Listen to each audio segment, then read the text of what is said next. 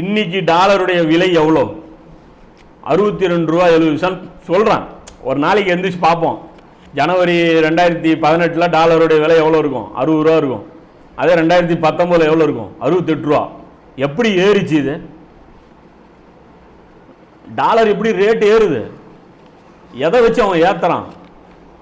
அதுதான் அவன் செட் பண்ணி வச்சிருக்கிறான் சிஸ்டம். அவன் வைக்கிறது தான் சிஸ்டம். அதில் நீங்கள் ஒன்றுமே அது பண்ணவே முடியாது. அப்போ உண்மையிலேயே இஸ்லாம் சொல்லக்கூடிய கரன்சி, இந்த கரன்சி தான் ஃபித்னாவுடைய கரன்சி. இது சாதாரண கரன்சி கிடையாது. இதை வச்சு இன்னைக்கு முட்டுமொத்த மனித குலத்தையும் என்ன பண்ணி வச்சிருக்கிறான்? அடிமைகளாக பண்ணி வச்சிருக்கிறான். அப்போ கரன்சி அப்படிங்கும்போது இம்ரான் ஹுசைன் 3 விஷயங்கள் பட்டியல் போடுறார். 3 விஷயங்கள் இருக்கணும் கரன்சி. அதுதான் கரன்சி. ஒரு விஷயம், உண்மையிலேயே அது மதிப்பு வாய்ந்த பொருளாக இருக்கணும். ஒரு பொருள் மதிப்பு, அதுக்குடைய மதிப்பு ஓனா இருக்கணும். ரெண்டாவது, ஒரு இடத்திலிருந்து இன்னொரு இடத்துக்கு கொண்டு போற விதமா இருக்கணும். இப்போ வீட்டுக்கு மதிப்பு இருக்கு, ஆனா கொண்டு போக முடியுமா? நிலம் இருக்கு, அதுக்கெல்லாம் மதிப்பு இருக்கு, ஆனா கொண்டு போக முடியாது. அப்போ ஒரு இடத்திலிருந்து இன்னொரு இடத்துல மூவ் பண்ணக்கூடிய ஒரு விஷயமா இருக்கணும். நம்பர் 2. ரெண்டாவது, அது அல்லாஹ் படைத்ததாக இருக்க வேண்டும். அப்போ செல்வத்துக்கு சொந்தக்காரன் யாரு? இன்னைக்கு யாரு? தஜ்ஜால். அவனைத்தான் நம்ம இறைவனை ஏத்துட்டு இருக்கோம். இன்னைக்கு செல்வம் வாரி வழங்குறது யாரு? அவன் பாட்டுக்கு பிரிண்ட் அடிச்சு கொண்டாந்து ஒரு சூட்கேஸ் போட்டானா நீ யாரு? பணக்காரன்.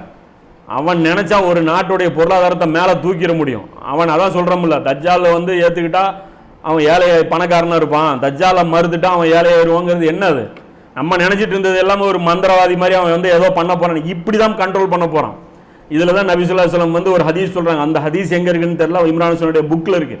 இன்ஷா அல்லாஹ் அது கிடைக்கும் போது நம்பர் பார்ப்போம். ஆனா அந்த ஹதீஸ் அவர் குறிப்பிடுறாரு. ஏன்னா அவருடைய வழக்கம் என்ன அப்படின்னா, புக்கு கூட சொல்ல மாட்டார், அல்லாஹ்வுடைய தூதர் சொன்னாருன்னு தான் இருக்கும். ஏன்னா ஹதீஸுங்கிறத நம்பிக்கை தாங்க நிக்குது.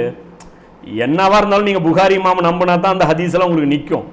அப்ப அவரை நம்பலன்னு வச்சுங்க, அவருடைய கணக்கு அப்படி. என்னை நம்பல அப்படின்னா நான் சொல்ற ஹதீஸ் நீ ஏத்துக்காத. அப்போ நம்பகமான அறிவிப்பாளர்னு அவர் எடுத்துக்கலாமா இல்லையா? இப்போ அந்த அடிப்படையில் அவர் ஹதீஸ் குறிப்பிட்றார். என்ன சொல்றாருன்னா, தஜ்ஜாலுடைய ஆயுதங்கள்ல ஒரு ஆயுதம் வட்டின்னு சொல்லி நபி ஸல்லல்லாஹு அலைஹி வஸல்லம் சொன்னாங்க. அப்படி தஜ்ஜாலுடைய ஆயுதங்கள்ல ஒரு ஆயுதம் எது? வட்டின்னு சொல்லி நபி ஸல்லல்லாஹு அலைஹி வஸல்லம் சொன்னாங்கன்னு சொல்லி ஒரு ஹதீஸ் அவர் அந்த தீனார் திர்ஹம்ங்கிற அந்த புக்கில் அவர் கொண்டு வர்றார்.